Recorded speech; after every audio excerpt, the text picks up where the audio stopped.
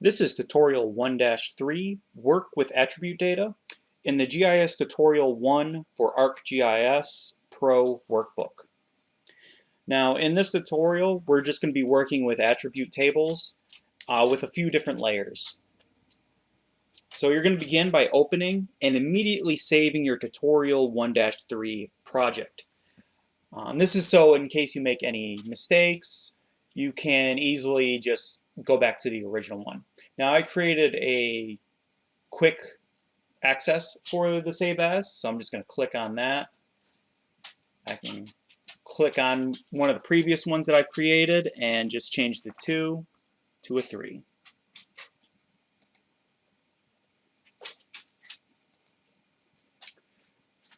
Once it's saved, you're going to want to click on the zoom to full extent, which is this little globe up here. Many of the tutorials are going to have you zoom to full extent when you first open up a project. That's because with now there are so many different kind of computer monitors, it's very difficult for the project or map document, whatever program you're using, to have it set to where you can easily see it on your display monitor. So what we're going to do next is we're going to look in the tables table of contents, but they've just reduced it to contents, and we're going to look for the MedExpress clinics, which is right here, and you're going to right click and in the context menu choose attribute table. Now mine has opened and there's only 15 features, so my screen can show all those pretty easily. If you have one that's smaller, you'll have to scroll to see everything. So I'm going to do it to where I can kind of see everything in my table, because I kind of like to see everything that's going on in there, if possible. That's easy when you're working with 15 features, but if you're working with a lot more than that, it can take up the whole screen. In here you can see we have name, so they're going to have the MedExpress Urgent Care. Then they have location data in two different formats. You have it as address with city and state, zip code, and lat long as well. So this table, if you were to export it and send it to someone, they could either use the address to geolocate, or they could just create points using the lat long. Then finally you have a field where it has a link to these individual urgent care or MedExpress facilities. You can see a few of them don't have any. In many tables, you can hover in between two fields and you'll be able to adjust the width so everything can be shown. Another way is you can hover in between until you get the double arrows pointing away from each other and just double click, and this will create the field to where it's wide enough for everything to be displayed. So I can do that to address, city it'll shrink, state it'll shrink, zip code stayed the same, lat long. So by doing this, everything can be displayed fully. Now another thing that the book doesn't really go into, sometimes you might have some information cut off. I have a wider screen, some people have very short ones, so it might cut off some of this website. So what you could do is you could right click shape and you could hide the field. It's not really necessary in most views. It's a point layer, we know that just by the symbol. So by getting rid of that and maybe some other fields, you can reduce it to where you can better see what you want. We can also rearrange the columns. Now I'm going to click and hold on the website header, and I can drag it to have it right after. Oops, I guess I had name selected as well, so I'm going to put that back where it belongs. But we can have website next to zip code, because lat and long, while useful to have in the field, people aren't going to really gain that much information from it. Another possibility you could have done is just to right click and hide those fields. Next, we're going to start sorting our attributes. So we're going to right-click the city column, and we're going to sort by ascending, and that just puts everything in alphabetical order. And they point out that 8 of the features are in Pittsburgh. Next, we're going to right-click the city again, and instead of doing ascending or descending, we're going to do a custom sort. In this table, you can sort using as many fields that you want. Of course, this can get a little tricky or might not work depending on what you're trying to do. So we're going to have city ascending, and then we're going to do address ascending. This is really helpful when you want to do this with numerical data, because you might want city to be in, alphabetical order, but you might want population in descending order. So it's really useful for stuff like that. So we're going to continue, click OK, it's going to sort. And one thing that you have to be aware of when we come down here to the Pittsburgh is you want to look at the values. Now, a lot of people, when they see numbers, whether it's in a text field or a numerical field, they instantly think that it's going to put them in numerical order. But that's not the case when numbers are in a text field. Because if we come down here, we see that a 695 is way down here, whereas you have 4-digit numbers up here. So it's very important to take that into consideration when you're sorting attributes. Are numerical values in a text field, or are they in a numeric field? That's why a lot of places will break up the address field like this, to where the building number or house number is in its own field, the name of the street is in its own field, and the type of road, whether it's a highway or a street, is in its own field. So we're going to close this table now, and to do that, you just come up to here with this little tab and hit the little X. Now for the your turn, they want us to open up the attribute table for population density. That's down here, so we're going to right-click, attribute table. And in here we have 402 features, so you're not going to be able to see everything on one. And they point out the GeoID, which is a geocode assigned to the census tract by the U.S. Census Bureau. Now these are very helpful because the Census Bureau has numerous tables that can be joined to these features, and it's very helpful having a GeoID to where you can easily join those together. Now the issue with the GeoID, and I kind of mentioned this before, is when we hover over it, you'll see that the type is a text. When you download the tables, oftentimes it's a CSV file that will be read as a numeric value. So sometimes you have to go in and you have to convert that to a text field so that they can be properly joined. Another issue with using numbers in different kinds of fields is in a text field, you can pad with zeros in front of and behind other numbers. So if I wanted to, I could add 2 zeros in front of this 4, and it would be fine. If I tried doing that in a text or a numerical field, it would get rid of those zeros and it would be whatever the first actual digit is. So what they want us to do with this is they want us to do population density in descending order, pretty much finding the one with the most people. So when we're done with that, we can just X out of it, and I'm going to come up here and I'm going to click on the clear to clear any selection. So we're going to turn on the tracked centroids, and basically what this is just a layer that was created to be a point at the center of each tract. Sometimes it's a lot easier and quicker to do geoprocessing with a point than a polygon layer, especially if there's a lot of them. So we're going to open up the attribute table by right-clicking it, attribute table. Now, this has 4 attributes that are considered indicators of poverty. The first one is fem, head of household. So it's female-headed households with children. I have an issue with this one because just by using it as an indicator, it might be a little outdated. I found a website that kind of goes into single parents because what they're going on is that single parents are often in the poverty level.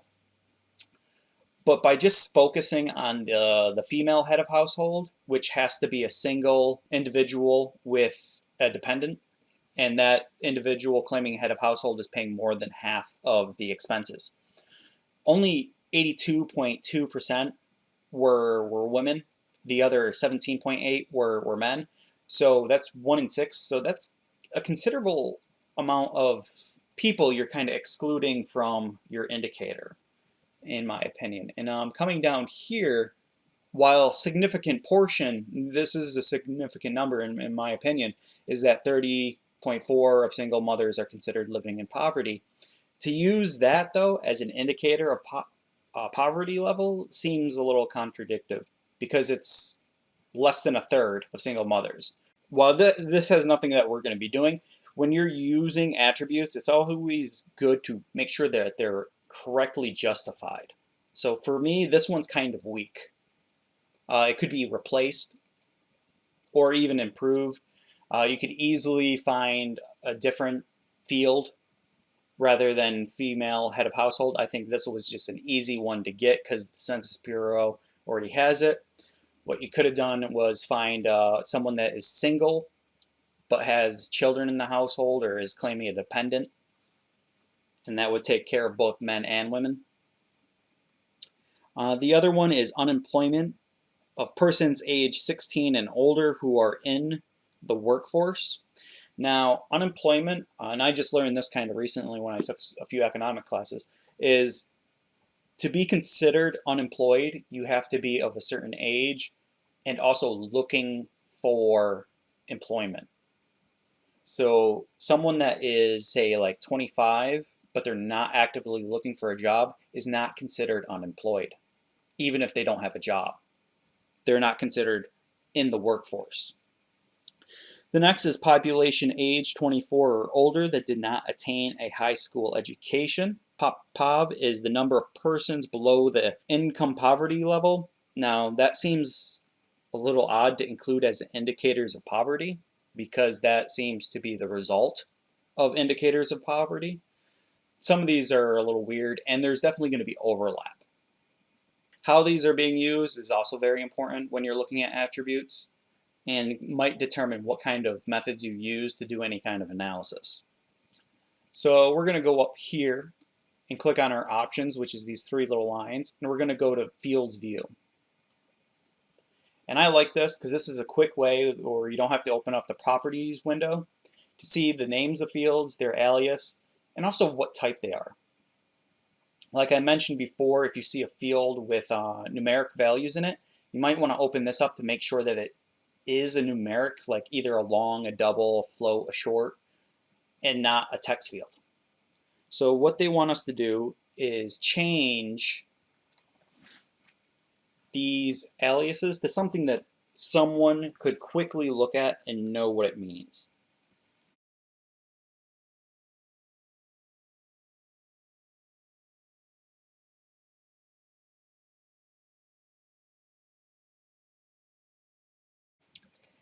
Oops, and that was not intended.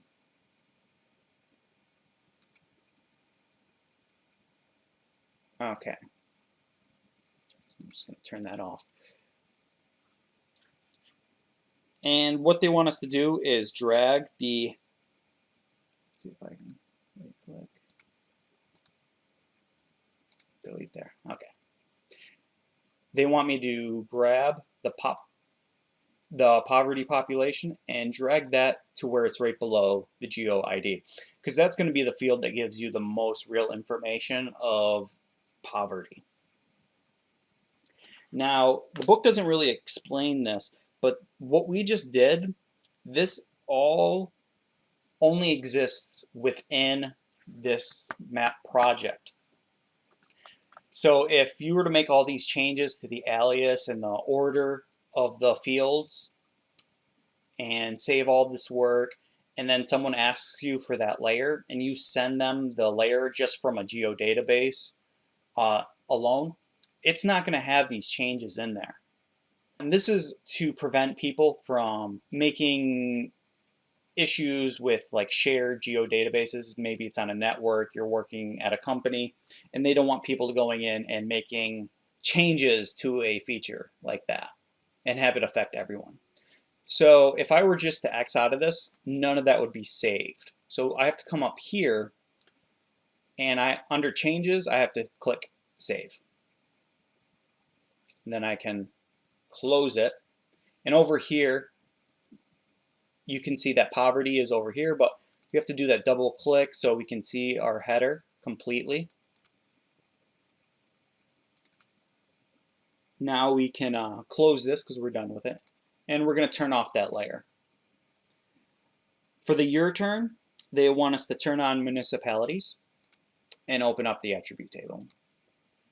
Now this is one of those issues where a lot of the stuff is pretty useless for people just looking at it. A shape length, shape area, geo ID, shape, object ID are going to be meaningless for a lot of people. So what we can do, a different way to get to view, field view, is you can right click any field, go down to fields, and that opens it up as well. You could go in here and check these individually, but sometimes when you only want one on, it's easier to uncheck everything and then just check the one that you want.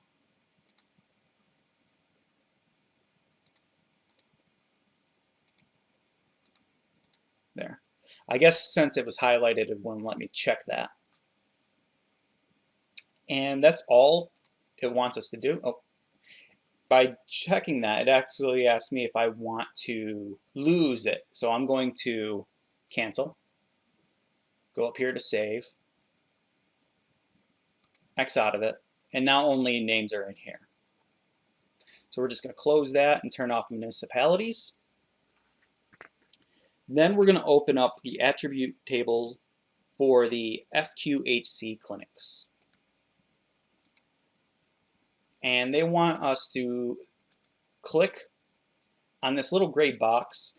Teaching this in classes, this is one of the most difficult things to describe to people on what to interact with, because the lines that separate the blocks are kind of hard to see. So people often see just a solid bar of gray and assume that it's just the side of the table. So I really wish that they would put like a little icon in there, maybe like just a little dot or a star, something to give people the idea that they can interact with it. Because right now, teaching this, it is very difficult to describe this in text or verbally on clicking this little box. So we're going to click that and then drag down to the number 6. That way we select, and down here you can see 6 of 26 are selected, those layers. And if we look up here on our map, it's a little difficult because it's kind of cluttered. They're highlighted in the map as well. We're going to clear the selection, and this can be done in multiple places. Now if I use the clear here, it will only clear the features that are associated with this table. So if I had municipalities or tracts or this river or anything else selected, by clicking this clear button, it would only clear the FQHC clinics. If I use the clear button up here, it completely deselects all currently selected features, no matter what layer they're in. So I'm going to come down here and click clear. At the top of the table of contents panel, we're going to click on the list by selection button, which is this right here. And they want us to make it to where only 2 of the layers are selectable. The top 2. The MedExpress clinics and the FQHC clinics. So I'm going to uncheck everything else. And now for the poverty index, it's got that gray square in it. That is a raster. So you cannot really select things in it. So you can't really interact with it. If I go over here and click on it, it won't. Okay. That was the properties table. It won't let me uncheck it. So once we do that, we're going to go back to our draw list by draw order. So we're going to click on this, the little tree diagram, and then we're going to go up here. They just call this the map tab in the selection group. So this is the tab. So I guess this is like the tab tools or the tab groups, and we're going to be working in the selection group. So we're going to click on that. And if I press the shift key and hold it down, I can select individual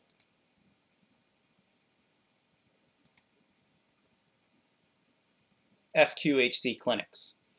And a few of them you saw were highlighted within the table, and if you scroll down you can see that more were highlighted. They want us to select 6, and it doesn't have to be any 6, it could be whatever you want. And if we come down here and click the show selected records, it gets rid of the non-selected out of view, so they're hidden. Now this isn't something else that I've observed in teaching GIS to people. If you clear this, it looks like this table is empty, and this will often freak people out. They'll work on something, you know, maybe some time has gone by since they've used it. They'll come in and be like, oh my god, you know, what's happening? Why isn't this table being read? It's because this only shows the selected features and nothing is selected, so it's empty. So you always have to check show all layers, and I'm just going to come in, and if I hold the shift key I can select from the first to the last. So if I hold the shift key and click on 6, it selects 1 through 6. If I want to do individual like I was doing on the map, it's actually the opposite. I have to hold the control key and randomly select. So I'm just going to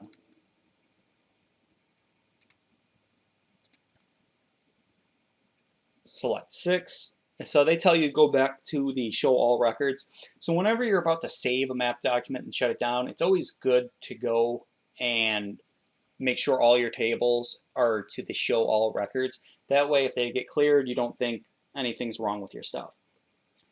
Now at the top of the table, we're going to switch selection button. Now this might look a little bit different from what's in your book. That's because they just changed it. What this will do is it'll select everything that we didn't select and unselect things that we did select. This is really useful if you want to select a large number, and it's easier to kind of pick out the ones you don't want and then click select, especially if they're kind of mixed in with each other. Now before we go further in, I want to talk about the show selected features, and over here you see the highlighted. Now when working in this view, the show selected features, we can further select other features and they turn yellow, and they turn yellow on the map and yellow in the table. And we can do things. We can unselect these, so maybe you accidentally selected something you didn't want, or you could reselect and just have the ones that are highlighted. Then you can zoom to those, you can switch, you can clear. So now we're going to clear the selection, so you can either use it within the table itself, go back to show all records, or you could come up here and clear it. Now if nothing is highlighted or selected, this is grayed out. So this is really useful in letting you know if something is selected. Because in the next part, what we're going to be doing is we're going to be using a geoprocessing tool. If you have something selected and you try using a geoprocessing tool, it will only do the geoprocessing tool on the selected features of the layers used in it. So it's very important to determine, is that something you want or not want. Now for the your turn, they want us using the selection tool to drag a rectangle. So basically just come over here and click and drag and highlight as many as you can. Press and hold the shift key, and if I make another box, it adds to the selection. Now if I press and hold the control key and click on an already selected, it deselects it. The control key and clicking on the map will only let you deselect. If I want to add those back, I have to hold down the shift key and add those to my selection. So we're going to clear our selection, close our table. Now we're going to be using a tool called the Summary Statistics tool. So we have to go to the Analysis tab and then under Geoprocessing click on Tools. This will open up the Geoprocessing panel, and we want to use the toolbars. I like that they're showing you how to find tools within this rather than just use the search function, because this lets you kind of see what else is available. Now the toolboxes are in alphabetical order with numbers at the top. So we're going to be looking in the Analysis Tools toolbox, and we're going to expand Statistics, and they say to double click on Summary Statistics, but when I just click on it, oops, that's the wrong tool, click on it once, it opens. So I don't know if that's just been a change. So in the Summary Statistics window, what we're going to do is we're going to select our population density layer. So it's population density, and in parentheses, it's persons per square mile. Now, if you're working with a tool, and this is something I've seen students do that are new to the program, is sometimes they'll try typing it in rather than use the drop-down menu. If you have the option of using a drop-down menu, always use the drop-down menu. Don't type it in, because any spelling error or white space not used, some names might have 2 spaces in between a word that you might not be able to visually see, and then the tool will fail and people get frustrated. Also use the browse, because if it's a layer that's not on the map that you want to use, just typing it in won't work. You'd have to write out the whole pathway. For the output table, I always suggest that you use the browse. That way you know where it's being stored. A lot of people will just run a tool and not really know where that's ending up. So I'm gonna name this what the book wants me to. I also encourage you never to use white space in your outputs. So I'm going to click Save, and now it's saved. Now we have to do what fields that we want, and all of them are going to be pop density. So we can just go in here and we can create all 4 of them right off the bat.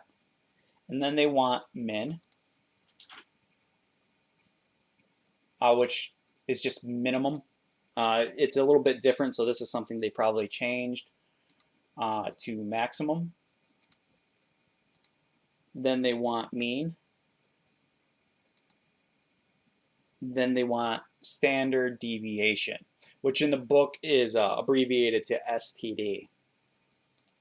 And they're going to have us leave the case field blank. Now the case field would be used if our tracks were categorized. So it's if you want the statistics to be run within categories within a layer.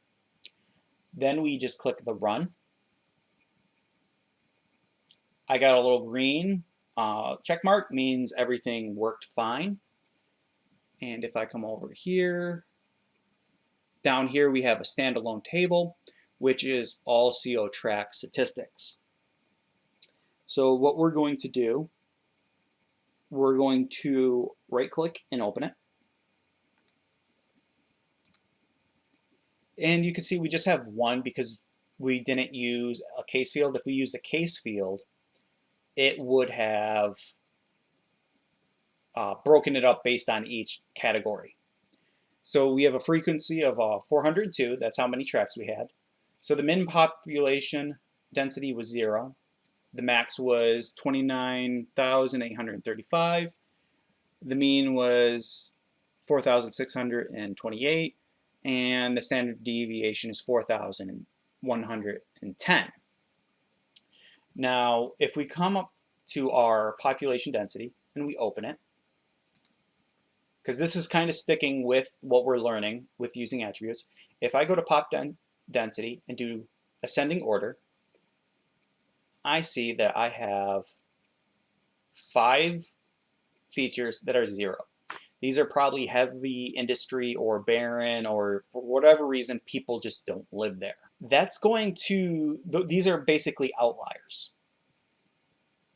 So what we can do is we can switch our selection and then rerun the tool. And I'm just gonna make sure I'm at the very end. I'm gonna put an underscore V2.